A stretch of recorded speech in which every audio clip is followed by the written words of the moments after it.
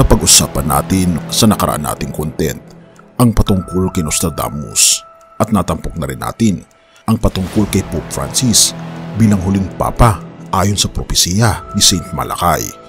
Ngunit may kakaibang prediksyon si Nostradamus ngayong 2024 patungkol kay Pope Francis.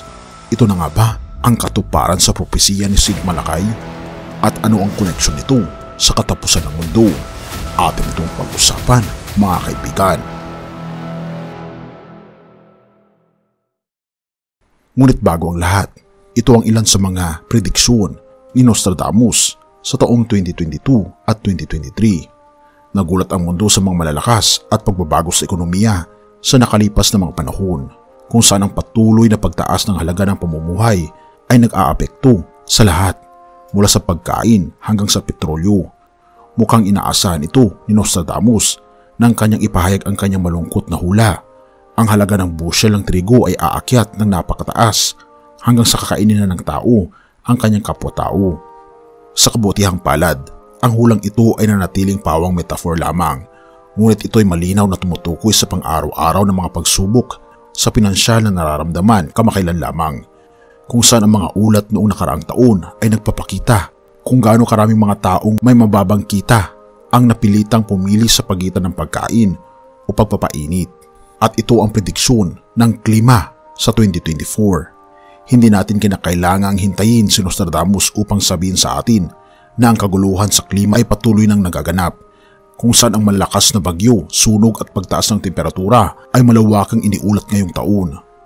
Ngunit ang nakakapagtaka ay kung paano niya itong wari na paunawaan ang mga apokaliptong pangyayari na ito.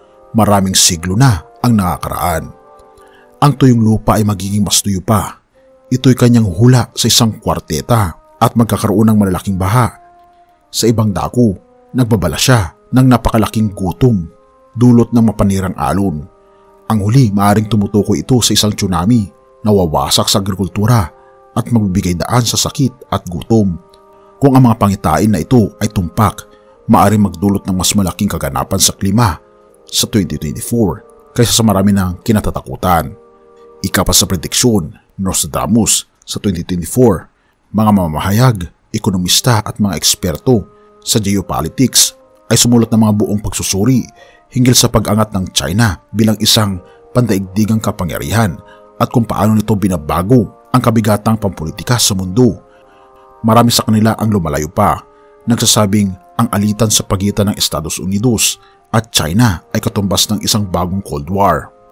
At ito na nga mga kaibigan, ang ating hinihintay, ang patungkol kay Pope Francis. Ano nga ba ang mangyayari sa kanya sa taong 2024 ayon kay Nostradamus?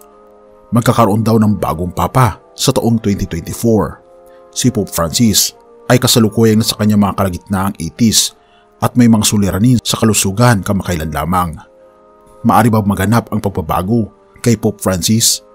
Tinalakay ito ni Nostradamus ng direkta sa isang kwarteta at hindi maganda ang pangitain para sa simbahang Katolika. Sa pamagitan ng kamatayan ng napakatandang pontiff, isang Romanong may magandang edad ang maielek. Ito'y kanyang isinulat, bagaman ang pagdating ng mas bata at mas masigla na papa ay tila magandang bagay. Agad namang sinabi ni Nostradamus na ang bagong lider ay magpapahina ng kanyang kaharian at siya'y mananatiling papa ng matagal. Ang eksaktong kahulugan ng magpapahina ay siyempre maaari maging paksa ng debate.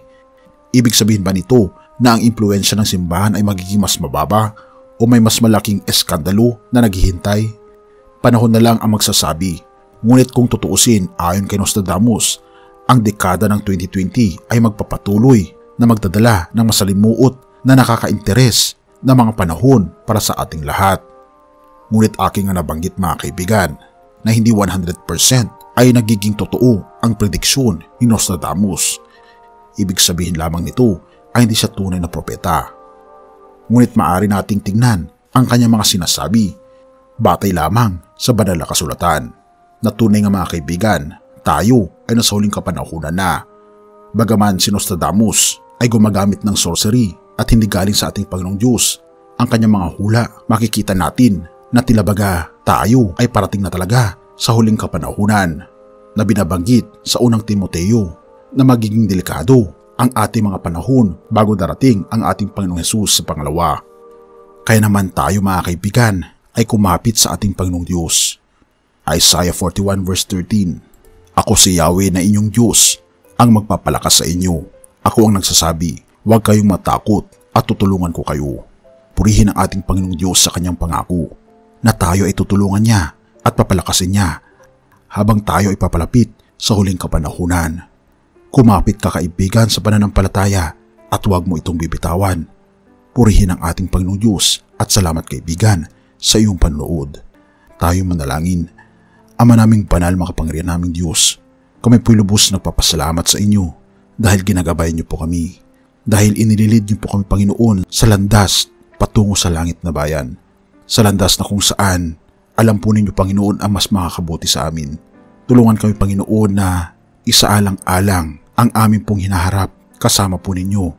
Tulungan kami Panginoon na huwag mag-alala, kundi palakasin po kami Panginoon sa mga nagbabadyang mga trahedya at mga pangyayaring hindi po namin maintindihan sa mundong ibabaw.